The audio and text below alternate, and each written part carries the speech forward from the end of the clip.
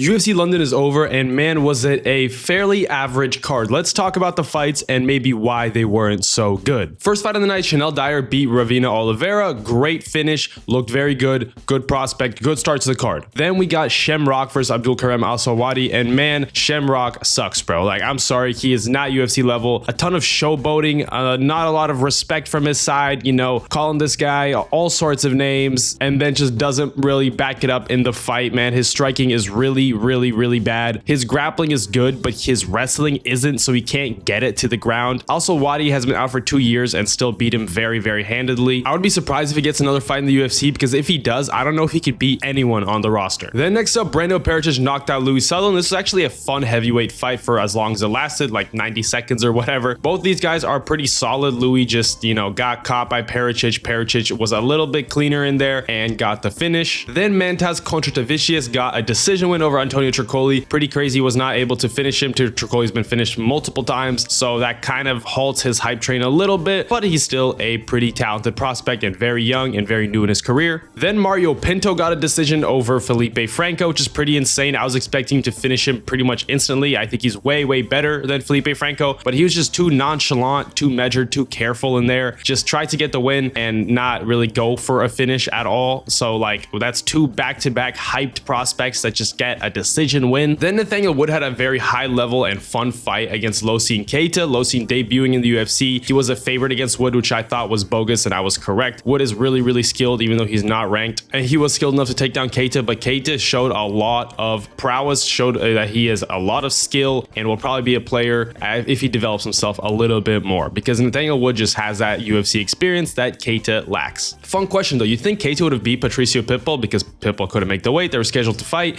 I think honestly he could have, bro. Keita looked pretty good. Then Mason Jones and Axel Sola put on fight of the night, arguably fight of the year. Really fun fight, crazy back and forth war. Both these guys were throwing bombs at each other, got 100k bonus. Fight of the night. Great fight to close out some fairly weak prelims. Then Danny Silva knocked out Curtis Campbell. I kind of knew this could have happened. I was riding with Curtis because I thought he could pull it off. He got that plot armor on his side. He got that dog in him, but Danny Silva did get him. Props to him. Good finish over a pretty solid guy. Danny Silva was definitely bouncing back after that Kevin Macheo's loss. Then again, CLD beat Roman Dolidze by decision, bro. Third fight on the card where someone's really favored to get a finish and he just doesn't, so that kind of halts his hype train a little bit. He looked good. He used his wrestling, used his striking, but could not get Dolidze out of there. Yes, Dolidze never been knocked out, but CLD has a lot of power, is coming off back-to-back knockouts. I thought he could get that knockout, man. Then Iwo Baranowski did what everyone else was supposed to do. He finished Austin Lane pretty much instantly. That is what you're supposed to do when you're a humongous favorite over a guy who's been knocked out multiple times in his career. And then MVP versus Patterson was an absolute snooze fest, man. MVP fights the best when he's fighting a guy who's like brawling, trying to come at him, move forward, pressure him, so he counter punches him, hurts him with counter punches, and then knocks him out. But Sam Patterson's not that type of guy. At least this fight he wasn't. He was just on the back foot the whole time. MVP took the role of the guy who was pressuring, but he just does not throw a lot while he's pressuring. He's better on his back foot than his front foot, so this fight was extremely boring. People are saying it's MVP's fault for obviously not doing anything, but Sam Patterson did even less, so like I'm saying it's both their faults. More on Sam Patterson's side. MVP got the win, props to him, but seriously, man, this guy needs some more entertaining fights, because seriously, he only has decisions in the UFC. He's getting old. If he wants to get a title shot, he needs a big finish to get him in that picture, because he's going to be out of here soon. Then Luke Riley won against Michael Aswell Jr. by decision. I'm not mad he didn't knock him out, because it was a fun fight back and forth. Luke Riley showed that he is fairly good. This early in his career, he is more skilled than Paddy Pimblett was early in his career, so he shows a ton of promise. He's a great prospect. And then the main event was a little weird. Movsar Evloev beat Leroy Murphy by decision, as we all predicted. People who picked Movsar at least, obviously, but he just didn't really grapple a ton this fight. He did start grappling later in the rounds, and those were his most decisive rounds, but earlier in the fight, he was just not grappling because he wanted to show off his striking. He said this himself. I'm not really guessing here. He literally said that he wants to prove that he could beat one of the best strikers in the division,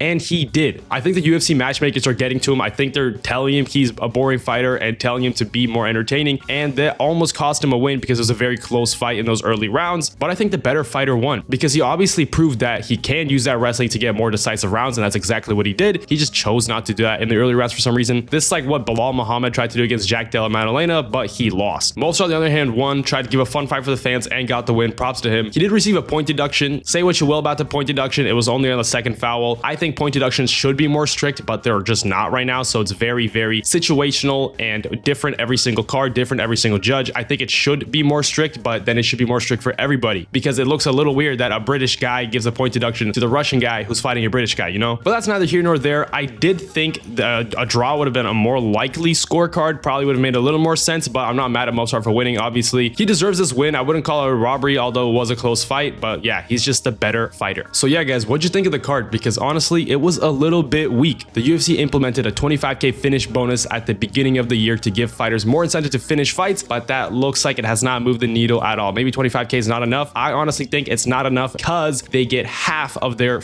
purse if they lose the fight. So they have to do everything in their power to win. Honestly, I think they should just up the pay in general and remove win bonuses. Seriously, you get a set amount if you show up to fight, make weight, and then if you finish, you get an extra bonus. Honestly, I think that's how it should be if they want more finishes and more exciting fights, because people are really trying their hardest to win the fight, which obviously is what they should do, but there's a huge amount of pressure on them because if they lose, they're getting half their money and might not be able to pay their bills. Maybe not take away the win bonus entirely, maybe give them like more starting salary and then 50% extra for a win, and then it's like 50k extra or 25k for a finish, 100k for fight of the night, obviously, something like that. Just a new pay system, because seriously guys, a lot of these guys are fighting to make rent who are, you know, on the lower level of the UFC, so they have to do everything in their power to win, because if they go for a risky like game plan to try to find a finish and make it an entertaining fight for the fans, they can lose and then not be able to pay their bills. Like seriously, that is a huge problem. Some people argue that fighters are more hungry when they make less and when they're more broke, because when boxers get rich, they start, you know, fighting worse, but I don't think that's true. I think in the UFC specifically, it has been proven time and time again that when fighters have access to really high level facilities and doctors and diets, they get better. You know, like Ilia Topuria has a state-of-the-art facility. He is like the best fighter in the UFC right now. I don't think money makes you less hungry in the UFC most of the time. I think it makes you a better fighter because you have access to better training camps. But what do you think, guys? What do you think of the year so far in general? Because it's been honestly not fantastic. We've had some good cards, some not so good cards, a lot of Apex cards on the horizon, a lot of Apex cards so far, but I don't know, guys. This year has been kind of a mixed bag. I'm obviously watching every card. I'm still a huge UFC fan, but